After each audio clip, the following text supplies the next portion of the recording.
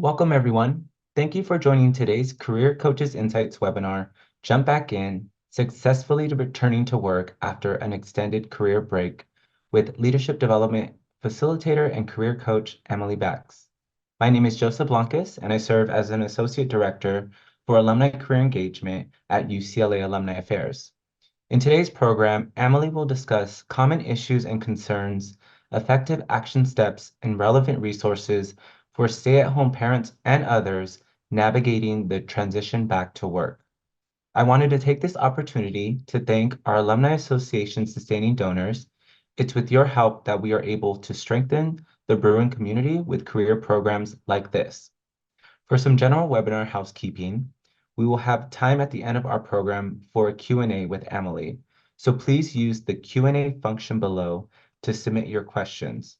We will also be recording today's session and will send it out once the recording is made available. Now, to start our program, I am pleased to introduce Emily Baxt. Emily is an experienced, compassionate career counselor and coach who enjoys helping people figure out how their strengths can benefit the world. Many of her clients are early to mid-career professionals who are navigating transitions from being parents to returning to work, or successful professionals looking for something more. She has supported the career development of students and alumni at the University of San Diego Career Development Center for more than 20 years. She received a master's degree in counseling with an emphasis in career counseling from USD and a bachelor's degree in women's studies from UCLA. Emily, thank you for being here. We're excited to have you. I'll turn the program over to you. Great. Thank you so much, Joseph. I'm excited to be here and welcome everyone. Thank you so much for joining us today. I'm going to share my slides with you. Let's do this. All right. Thank you so much for your patience as I get through that. We are going to be talking today, as Joseph said, about returning to work. I know most of you in the audience have had a break for some reason or another. That's a big population that I work with as we are looking at that kind of career development and career transition. Joseph gave me a great introduction, so thank you so much, Joseph. I don't need to share much more than that, other than that I am a proud UCLA alum. I love being a Bruin, and I'm super excited to have this additional P27 behind my name now because one of my kids is a Bruin as well. So I have a student who's a first-year student at Bruin, and it's very exciting to be visiting UCLA on that capacity as well.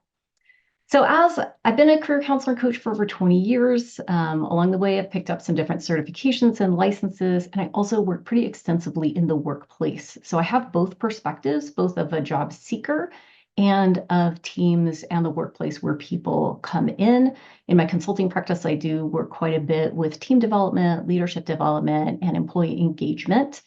I also take, Joseph mentioned that I have a 50% contract with the University of San Diego and their Career Development Center, working with students and alumni of all ages.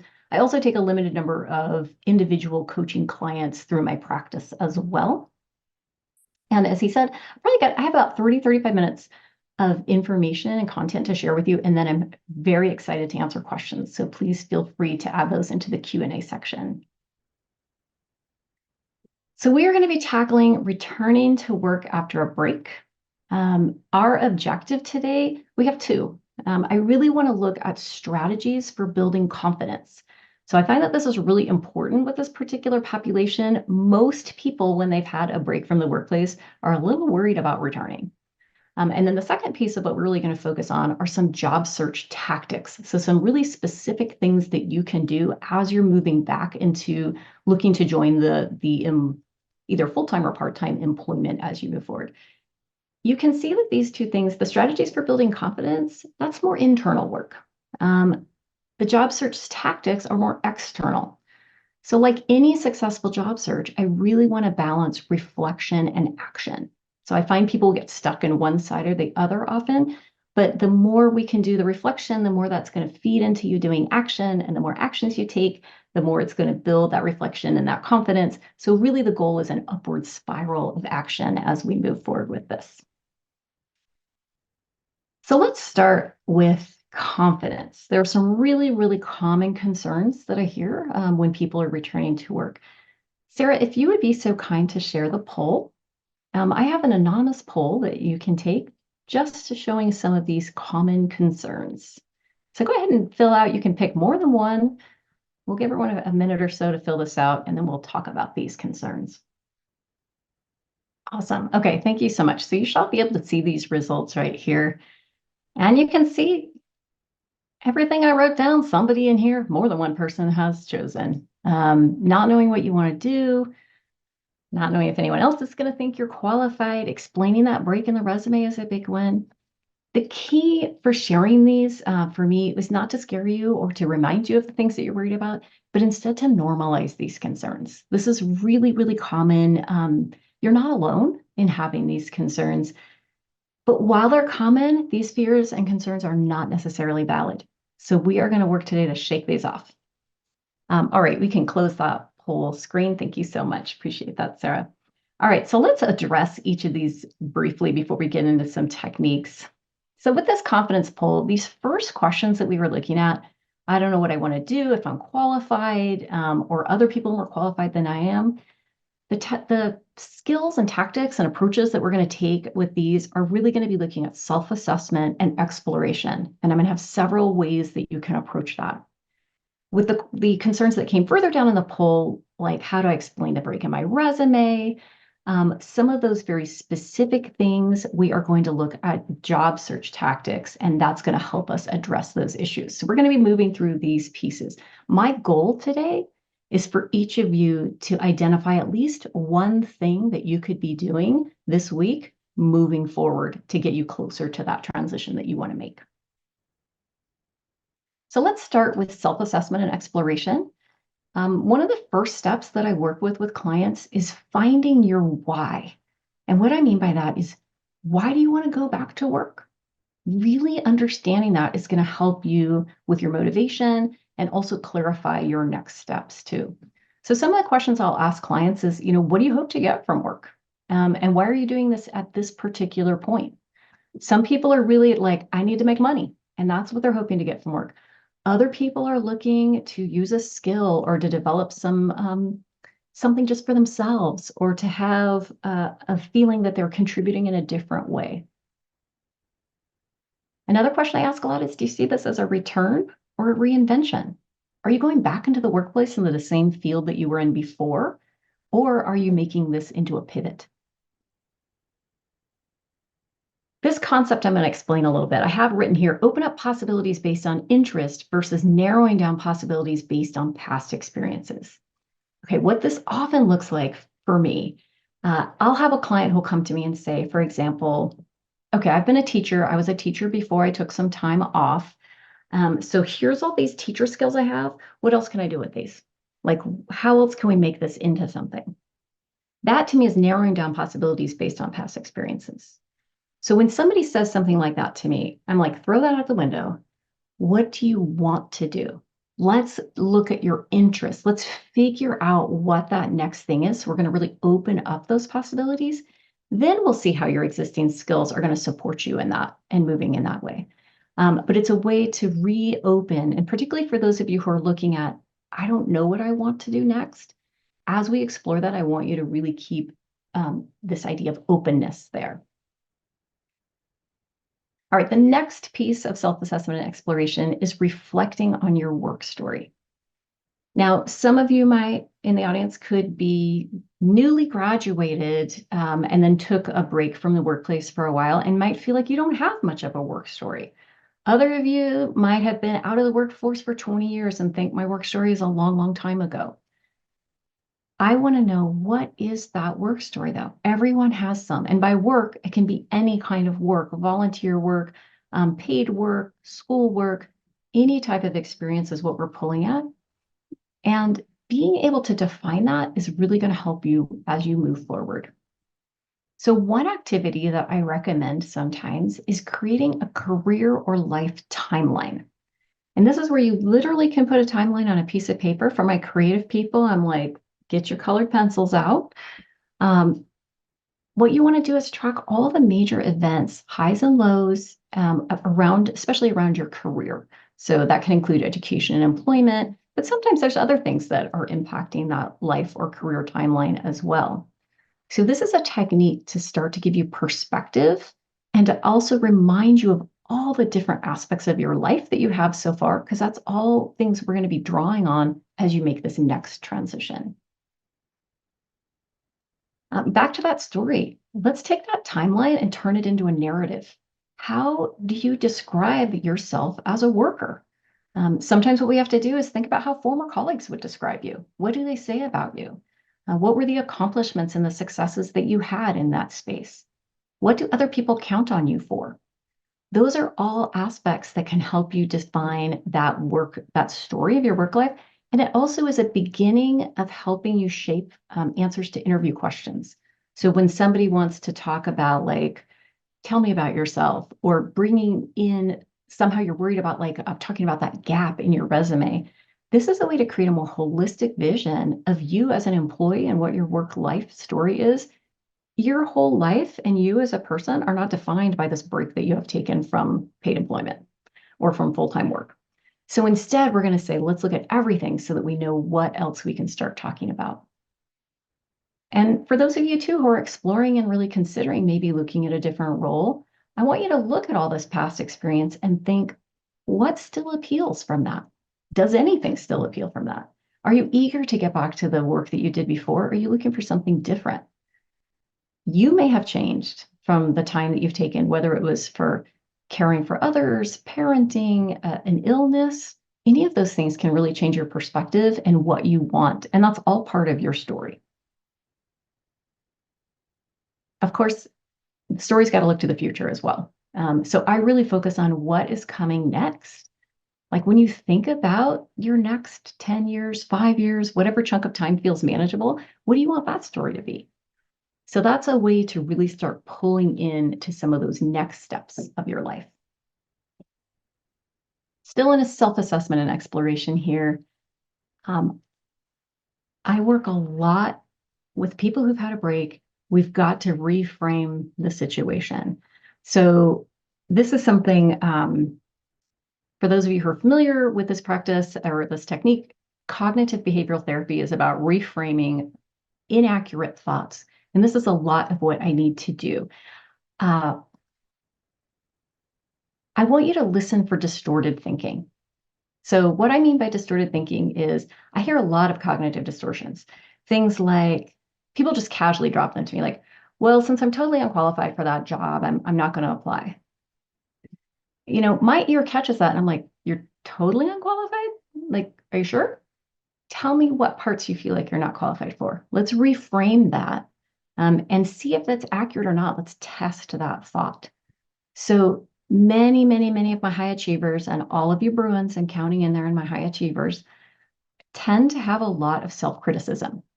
And there can be a lot of critical thinking, not that kind of critical thinking, self-critical thinking around this return to the workplace. That's not helpful. And so really what I'm working with my clients is helping them figure out what kind of thinking is helpful. A quick test for those thoughts is this thought true? Is there evidence to show that this is true? Or do I need to reframe this thought? And you can also see, is the thought kind? Is it helpful? You know, these are things that I want you to look at because your language is powerful, right?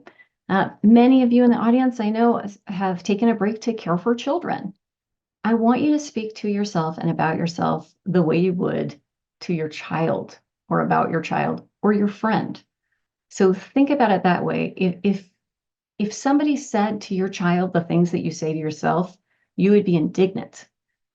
That's how I want you to feel about yourself as well, right? So look at those things that you're thinking, pay attention to the things that you're thinking around your job search and your return to the job search and try to reframe them. It's not a session with a webinar from Emily if I don't talk about the power of therapy. I'm a huge proponent. I think it's super supportive to be able to have an objective professional who can help you reflect on some of these issues if you feel like they're getting in your way, right? So just being able to have that kind of support during a life transition is huge. All right, we're moving into one of my favorite topics here, which is strengths. So This is the part of the work with my clients that I love doing. It's helping getting people to articulate their strengths. And you can see how this leads in from that last piece we were talking about. So most people are just like honed in on their weaknesses or what they're perceived, where they lack in their perception. What I like to do instead is I'm like, okay, whatever that is, true or untrue, what are your strengths? That's what we need to focus on. I need you to believe that you are going to contribute well in some workplace and that somebody is going to be happy they hired you before I can have you convince somebody else of that. So for those of you who have taken assessment tools like Clifton Strengths, it used to be called StrengthsFinder, those kind of assessments I think can be really helpful. A lot of my clients who've been out of the workplace for a while respond to it really well because it's not tied to specific work skills or having been in a job recently. But what's really powerful is having people describe their strengths and how those strengths have contributed to their success. So that's, I have here their stories of strengths in action. So you don't have to take an assessment to know what your strengths are. You might know, you might say like, I'm really responsible. Okay. What does responsibility look like for you? How has that shown up for you, either in the workplace or in other aspects of your life? Tell me a story about how being responsible has added to your success. So that is getting people to really ground these strengths in examples. And that's going to really help you own them and believe them. A question, a reflective question I love to ask when working on a resume is, what are you proud of? So what are you proud of from your time working at one of your past roles? If I ask somebody what they're proud of, it's going to point to their accomplishments. Now, if I just ask you, what did you accomplish? People are often like, that gets kind of like throws them off. But if I ask what you're proud of, that's going to start pulling some of those stories of success. That's going to help us identify strengths, but also start to kind of pull some examples that you could use in an interview. How did you get your most recent job? How did you get your first job? Let's look at those. You use some strengths to get those jobs. Maybe there's something that we can use from that story to apply to your current transition. So whatever you did to get that, let's look and see if that could be helpful now. Oh, this is a big one. All right, when I'm working with people who have been out of work for a while, I often hear things like this. Oh, I've just been a mom. Okay, well, I'm not going to ever say just be a mom, but okay. Or while my wife was working, I stayed home and, made sure that the whole ship was sailing smoothly. Okay. Sometimes I've had people who said, because of health concerns, I haven't been able to consistently work for the past 3 years. All right, what have you been doing? What else have you been doing? And that's something that I have to pull out of people sometimes, because first they'll say nothing. And then as I start talking to them, I find out, like one client I was working with, I found out actually she was very, very heavily involved in volunteer activities with her children's school and ran a major fundraiser and did some other really large projects. Well, that's stuff that we can talk about in a resume or in a interview situation. I had another person I've had a couple clients actually who've had really extensive creative pursuits. So one person who had an Etsy store where they were selling some of the things they created, and other people who've just taken on like a large home remodel project, right? Like any of these kinds of things that you have participated in or done. I had another person who had a blog. Like, okay, like any of that is something that is showing skill, it's showing interest, it's showing some different qualities, and it's examples of your recent work. So again, try not to be dismissive. Don't downplay those things. Let's see how they might support you in this transition. My last piece with this is right here on the screen. Be patient with yourself. This is a tricky transition, and it is loaded with lots of emotions and lots of challenges. Ambivalence is very, very common. So what'll happen, sometimes I'll be working with somebody for a couple of sessions, and then they cancel their third session, or they reach out, or when I finally meet with them, they're like, I just don't know if I want to do this after all. I thought I wanted to go back to work, but maybe I don't. That's really normal. let's just be curious about it. Like there's nothing wrong with that. Let's explore it. Let's really see what might be behind that. It's a time to practice self-compassion and self-care. And in that curiosity, and as we're discussing this, we really can use that as an opportunity to revisit and maybe redefine the goals of going back to work or the values behind the reasons you wanted to go back to work. So this loops us back to that first concept, which is finding your why. So just know this is very, very common. It doesn't mean, what I hear again, cognitive distortions. People say things like, I can never make a decision. I thought I wanted to go back, but now I don't. We don't have to make anything be never or always. Let's just really explore right now what's going on. I'll just tell you, I'm usually much more confident, excited about my clients' transition going back to work than they are. That's my job, right? That's my role, but also because I've seen this successfully happen many, many times. Sometimes what you have to do is set new goals, smaller ones, have an accountability partner, something that keeps that momentum moving forward. And that, again, is part of my role. All right, you're feeling great, your confidence is there, but how do we actually do the thing? So this is like, I know there's some people who are like, this is the part that I'm here for. I want to see this. So let's just dig into tactics. And from there, we'll be able to get to questions. So the first set of tactics is really getting from here to there, from where you are to where you want to be. And I strongly encourage people to conduct a gap analysis. So what I mean by that is find that job that you're interested in. The example I said earlier of the teacher, where I'm like, focus on what you're interested in, and then we'll see what we can use from these skills toward that. That would be conducting a gap analysis. So once you find a job description that interests you, go through it. Identify the pieces that you do not have yet that you may need to be successful in this role or to be qualified for this role. That's the gap, right? That's showing you what you're missing. Your gap may be nothing other than the fact that you don't have recent experience in that role for 3 years. Your gap may be as large as it's a complete career change and you need to go get a different master's degree so that you can get a particular type of license in the state. One more thing before I get to project work, what we're trying to do with the gap analysis is figure out, does this make sense for me? Do I want to do this? The thing that I need to do to close the gap, does it make sense for me and my family and other people impacted by this decision at this point? Because I have some people who are like, yes, I'm ready to go to grad school. Let's do it. I have other people who might be like, ooh, if I have to go to grad school, I'm not really ready to make that kind of time or financial commitment. That's what we're going to decide. Again, it's always your choice. Then we might be on to the next role and doing another gap analysis. Okay, now we can talk about transitioning with project work. This is one of my favorite ways to help people transition out of not working back into the workplace. That was an awkward sentence, but you know what I'm trying to say here. With project work, it gives you an opportunity to get a little bit of current experience, a little bit of something to talk about on your resume and in person, but also it's a way for you to refresh your skills. So project work can show up in a number of different ways. Many of my people who have been home have been volunteering in some capacity. Not everyone has the financial privilege to volunteer, and I totally get that.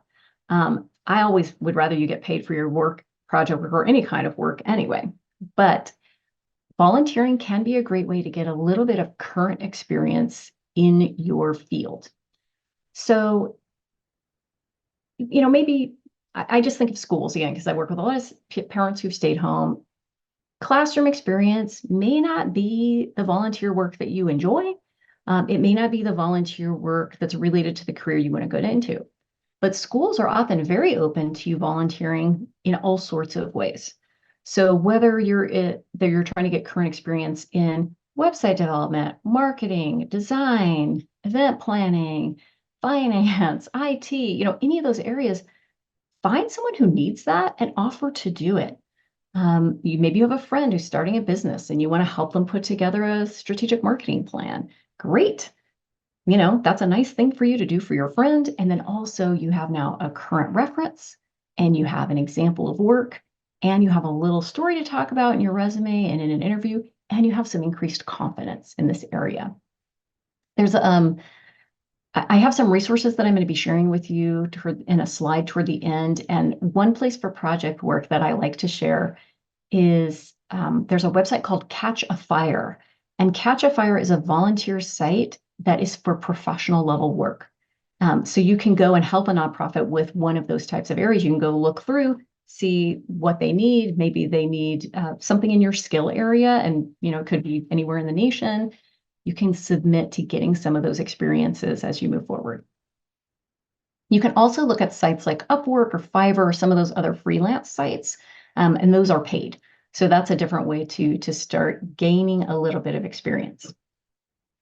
I have to add returnships on here. Returnships are fantastic for very specific fields in the fields that they're in. And a returnship is sort of like what it sounds like, sort of an internship or a re-entry program for people returning to the workplace.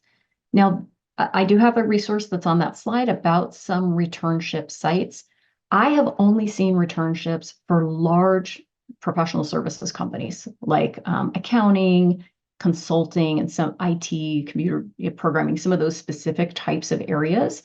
It tends to be for high skilled workers that companies want to pull back in, right? And maybe they just need their skills refreshed, but they want to be able to access them back in. I have not ever had a client who has done a returnship. Please be the first, because I want somebody to tell me about it who has had success with this area. Let's get back to like getting rid of perfectionism again. Your first job back does not have to be perfect. And I hear this so often. People are like, I don't want to go back and be setting back my career and ruin it. If I don't pick the right job back, it's terrible. It'll ruin everything. No, sometimes it's just going to be your first job back to get your feet back in that workplace. Your particular situation and tolerances will help you know, like, kind of how close it needs to be to your perfect job. But if this is your dream job and you're taking a job that gets you to here, and then you're just going to do that for a year or two, and then you can switch in, or 6 months or whatever, then you can start applying and switch into something that fits you better. Great. Take the pressure off. It doesn't have to be perfect. Let's just get you back in. Resume. This is where people got really worried too about that gap. I have a couple of techniques and things that I use and recommend as we move toward that, past the gap and back into the workplace. One is using a summary section. Now, this is more impactful, I think, for people who have a little more work experience or maybe a little more life experience. I don't usually recommend a summary section for someone who's fairly recently graduated, but happy to talk about the nuances of that. But this summary section is providing just a cohesive way to describe your career. It's going back to that career narrative, right? I love written career materials because you are in charge and you get to shape the narrative, right? If you just kind of put all your work experiences and breaks on a piece of paper and show it to somebody, they draw their own conclusions of what your career is and what your career story is. But if you're intentional about it, you're going to shape this narrative. Think of the summary section as like a thesis statement for your resume, and then everything else on there is going to be supporting that. So tell people who you are and what you're about. So that's a way to just shape their mindset right away.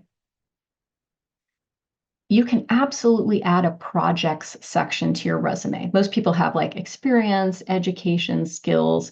You can add a section called projects, and this is where you can drop in some detailed descriptions about some specific projects you've done, whether that was helping out a friend, whether it was a volunteer experience.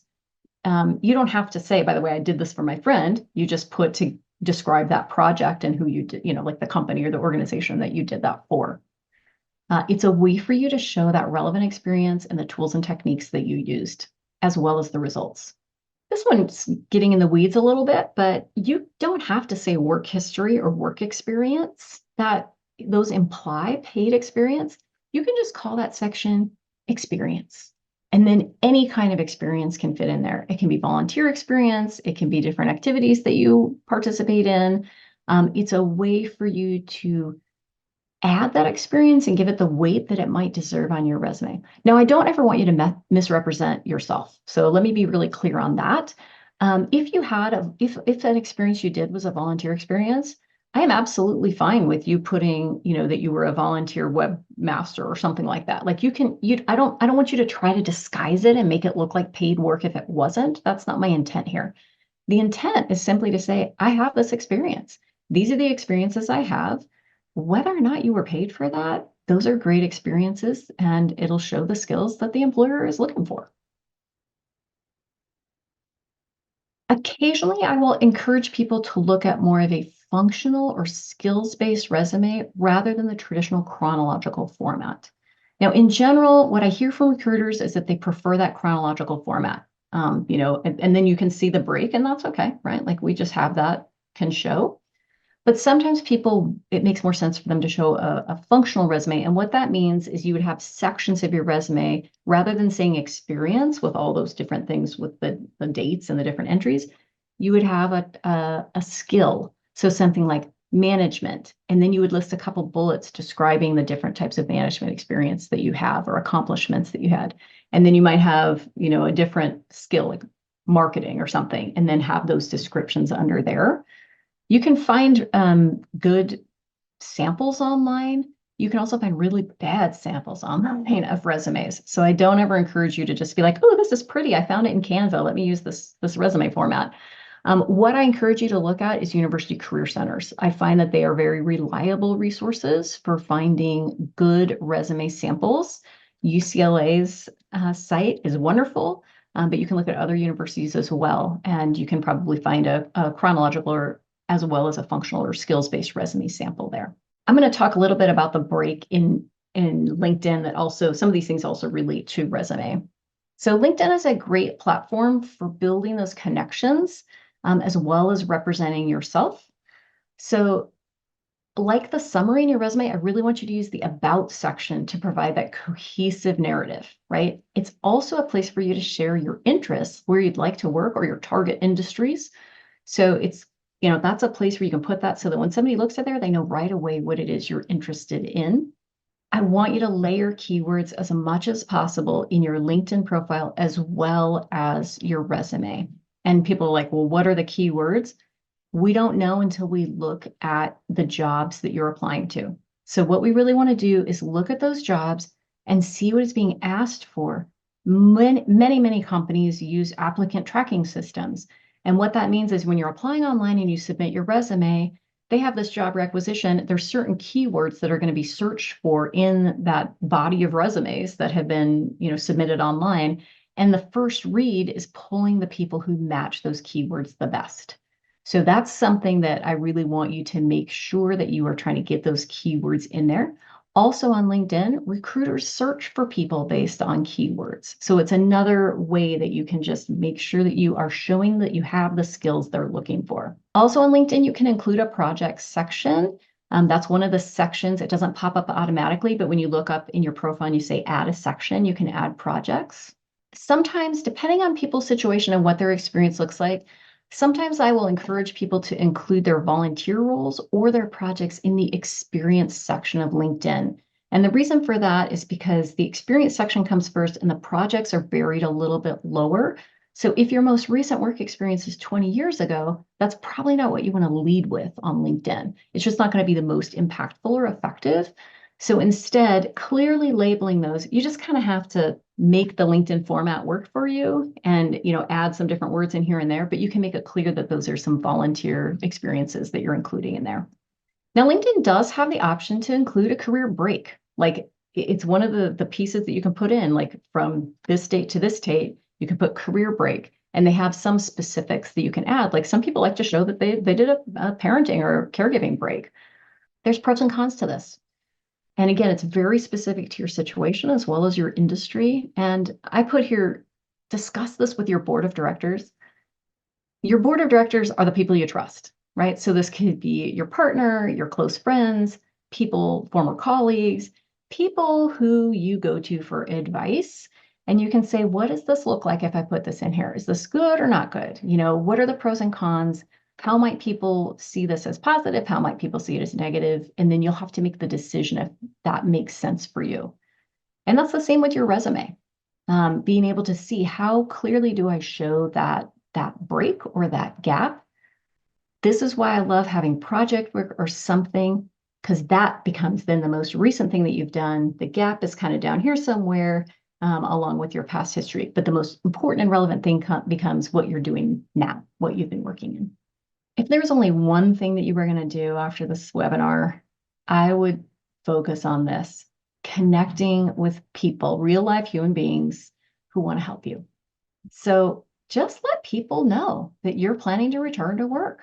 And when I say let them know how they can help you, what I mean is, if you're like, again, I'm going to use a parent example. Let the other parents who, whoever you interact with in your day to day, let them know that you're returning to work and what type of role or industry you're looking to return to.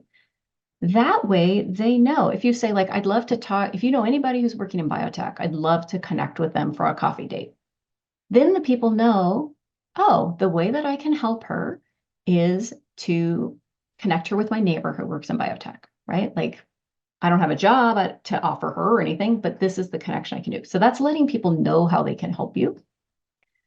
And I think that expanding your network with informational interviews is just going to really make a difference in your job search, particularly when you have a gap in your workplace. Now, informational interviews, I've talked about these before in previous webinars. I'm going to briefly touch on them here. This is just an opportunity for you to reach out and have a conversation with someone about their job. You're not calling to say, can you get me a job? That would be very awkward for them and for you. Instead, you're calling to say, I'd love to set up a 30-minute phone call to hear about your experience working at this company. I'm considering going into this field. I'm just really curious to hear about what your experience is like. I strongly encourage you to use UCLA One. This is an amazing platform that you all have access to. And I know that Sarah is going to share the link in the resources in the chat there. UCLA One is a platform where you can literally go in and search for alumni in specific fields or companies or regional areas. It's a way for you to identify people who are part of the Bruin family who say, like, yes, I would be happy to talk to you and give you one of these conversations. I also encourage you to use the LinkedIn alumni search tool to do the same thing. Now, I have done a detailed dive into how to use both of these tools in previous webinars. In fact, I think if you go back to the webinar that I did in April of 2020, it was right at the beginning of the pandemic. So I think it's called like Successful Job Search Techniques for in a Pandemic or something like that. I share my screen in that and walk you through finding people on UCLA One and the LinkedIn alumni search tool. So I encourage you to look at those.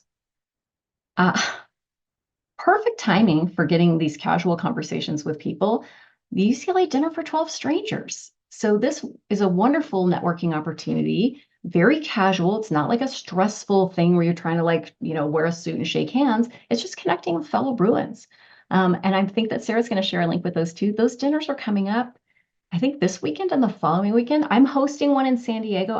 I think my dinner is full, but if any of you in San Diego want to come on March 3rd, take a look online and get on my waiting list or join me if I have space. But it's a chance for you to practice these casual conversations with people. Let them know that you're returning, let them know what you're interested in, and hear what people have to say. The reason I stress so much on connecting with people is because I find that that is going to facilitate you getting back to work in a way that is much more smooth than just applying for jobs online. When you apply online, that puts all the pressure on your resume. Your resume has to communicate exactly who you are and why you'd be good in this role. And that can be harder to do if you have a gap or if you don't have a lot of recent experience.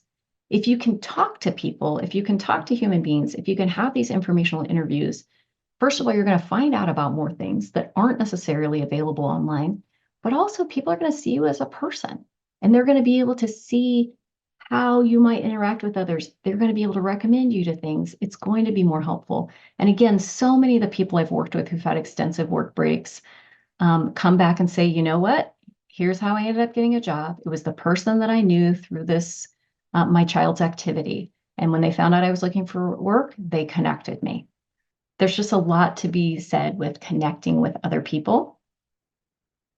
And the last piece with connecting with people is, this is a stressful transition. Don't try to do the whole thing by yourself. Look for support and accountability with a trusted partner. So that can be someone else you know who might be trying to go back to work. It could be a close friend. It could be someone that you know in one of the circles you're running in while you're not at work.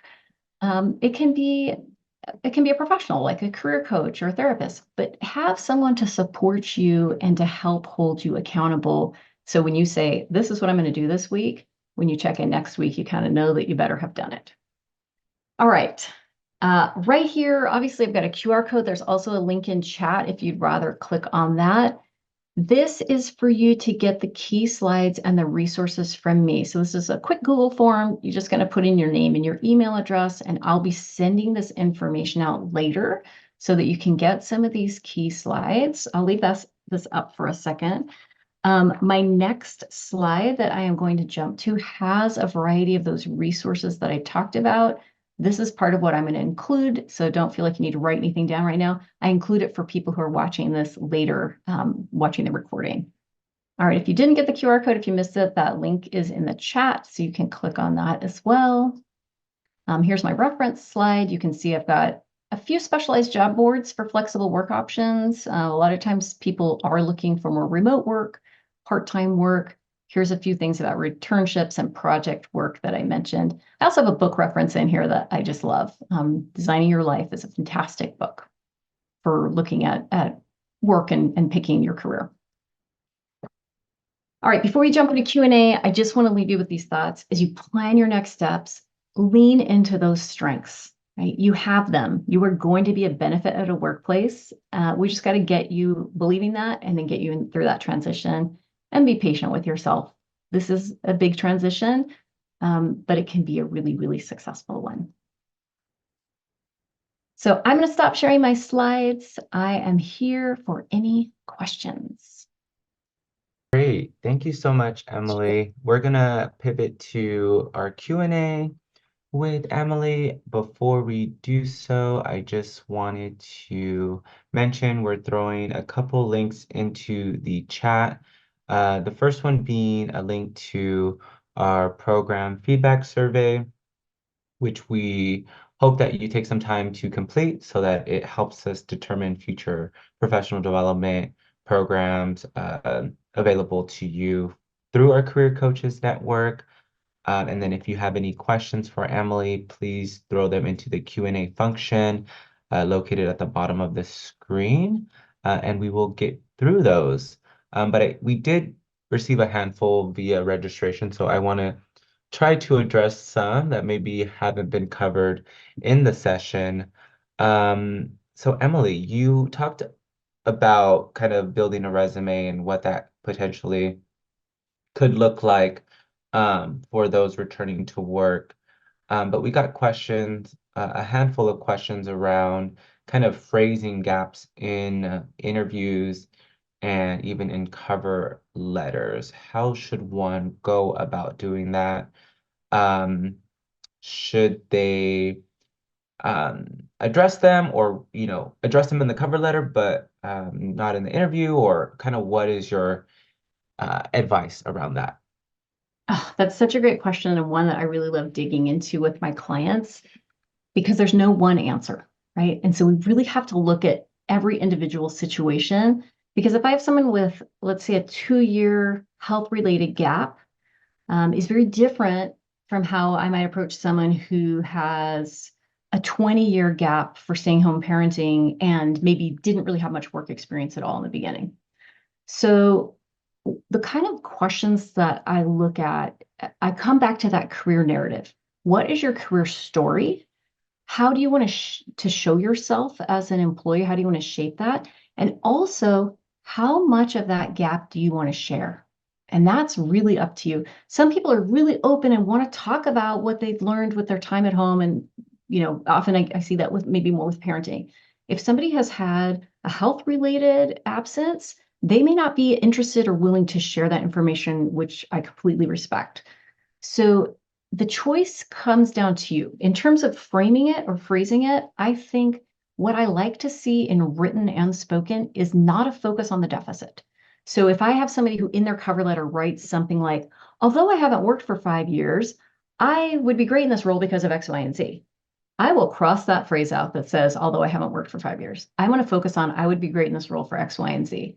So it's going through again and removing apologies and that kind of like focusing, like I said, focusing on the deficit. So instead, what I try to look at is in a cover letter, if someone wants to address the gap briefly, that's fine. So being able to say something like, the past 3 years, I've had the privilege of doing caregiving at home. Um, Recently, I've been working on projects in this, and I'm excited to jump back into the field of that. So you can address it if you want to, if it makes it easier for people to understand. Sometimes the gap is due to a layoff. That's nothing to be ashamed of, nothing to hide. Being able to say I was, impacted by a reduction in force, and I'm excited to be doing X, Y, and Z, like moving forward. The focus always is on the future and not necessarily explaining your time off because you don't really have anything you have to explain. Great, thank you. We got a Welcome. lot of questions in the Q&A. As a reminder, please submit your questions via the Q&A function and not the chat, so that we can make sure that we catch those.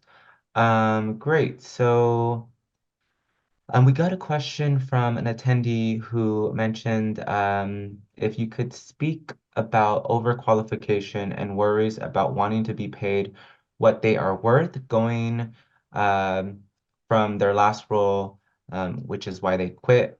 More opportunity, greater momentum, was hitting a ceiling at the last job, creatively, financially, expressively. Yeah. So the question is, how do you try to get the salary that you feel you are worth? That's Yes. not right. Okay. So I think with that, if the gap is because you quit a job that was not feeding you and not feeding your career, and you're looking to move into another role that does do that, part of it's going to be that gap analysis again. So really looking, we're lucky for those of us here in California. Um, we have pay transparency law now, so you can see right away what is this job paying, or at least the range that it's paying, so you can know if you're in the right zone that you want to be in. Then from there, it's really doing that analysis for this role that is paying what I want to make. Do I have the qualifications? Am I set up to do that well? If not, what do I need to gain? How do I need to do this, like to build this? Sometimes if you were finding a lack of um, either payment or opportunity or whatever was missing, it might be the organization more than the role or the job. So that's something to look at as well. Sometimes you might want to be taking a lateral move because there in the new place you're going, there's room to move up. So I think it's taking all those different aspects into account and looking, is there something I need to do, or is it a different place that I need to be? Great, thank you for that advice. Mhm. Another attendee asked, given the current job environment, have you seen folks with big gaps having difficulty in finding a job they like compared to others? So the key there is finding a job they like.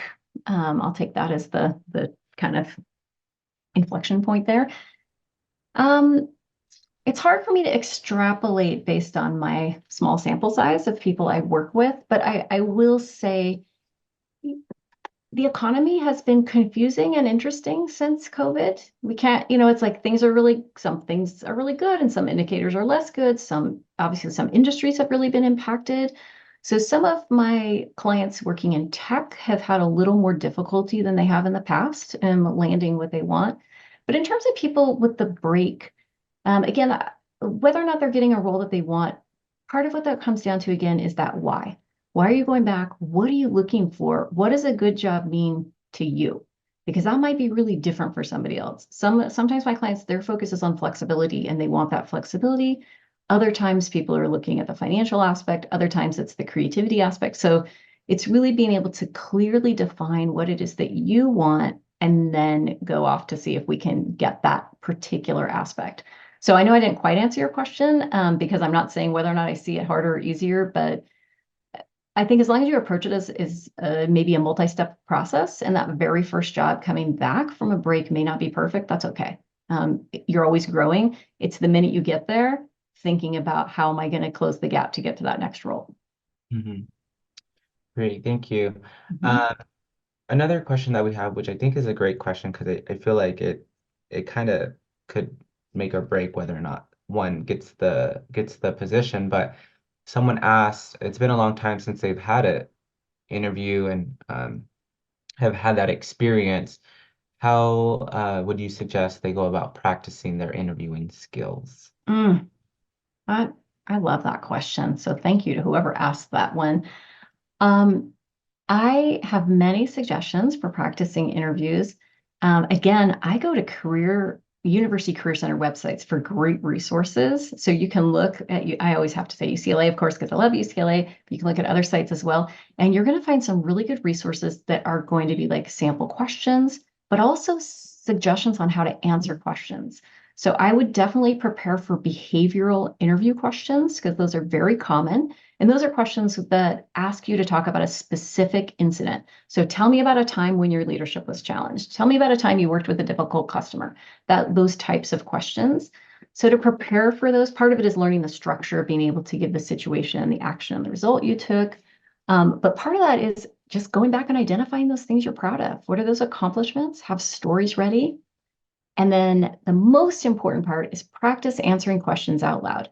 You can do this by yourself. You can record yourself on Zoom and watch yourself later. You can practice with a friend or a partner. You can practice with a career coach. But the key is we don't talk about our successes out loud very often in this culture. You've got to kind of practice that so it becomes easier. Great, thank you. Mhm. Yeah, like Emily mentioned, there are resources available from the Alumni Association and the Alumni Career Engagement team. So for those of you who are tuning in and to everyone who registered, we will make sure to send out in a follow-up email different recordings of sessions that Emily has done around UCLA One, and then tips on kind of navigating LinkedIn and doing searches there, but also via UCLA One, as well as tips for preparing for an interview and even just the job search process as a whole. So be on the lookout for that. Some other questions that we have. Um, would you consider 6 months a career gap worth sharing?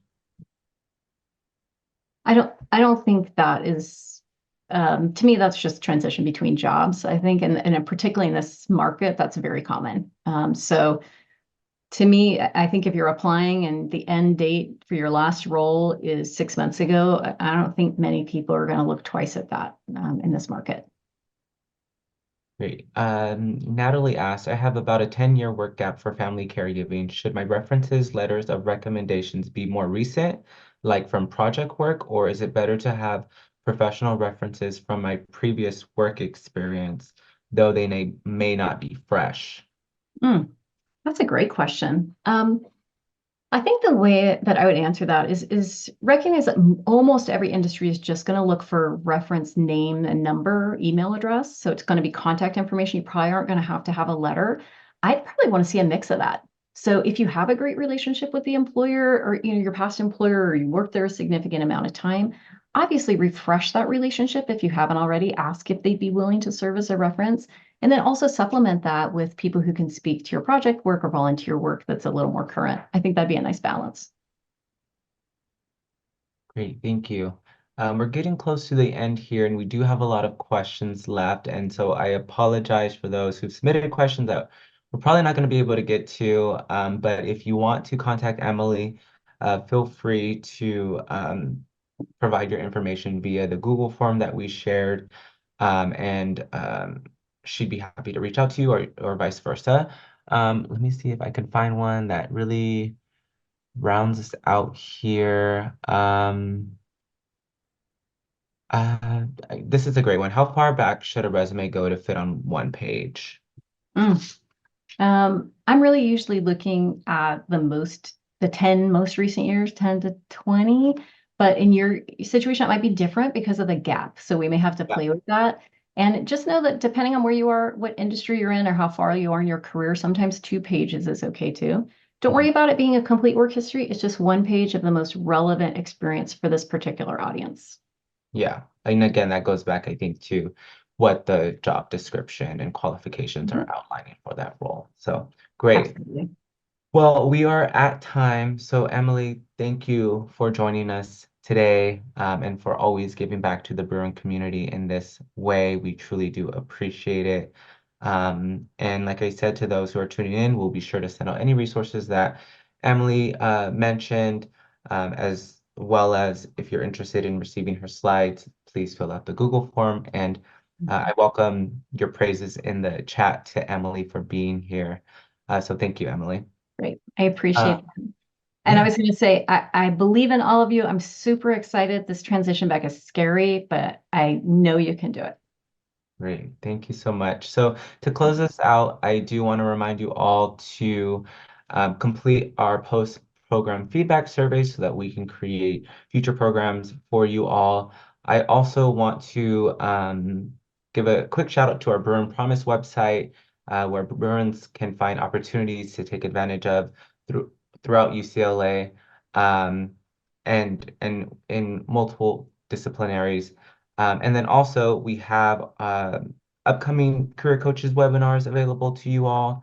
Our next one taking place on March 21st, called Your Moment of Truth, Finding Clarity in Your Career and Life in Uncertain Times. So if that is of interest to you, please register. We'll also send out that link in a follow-up email as well.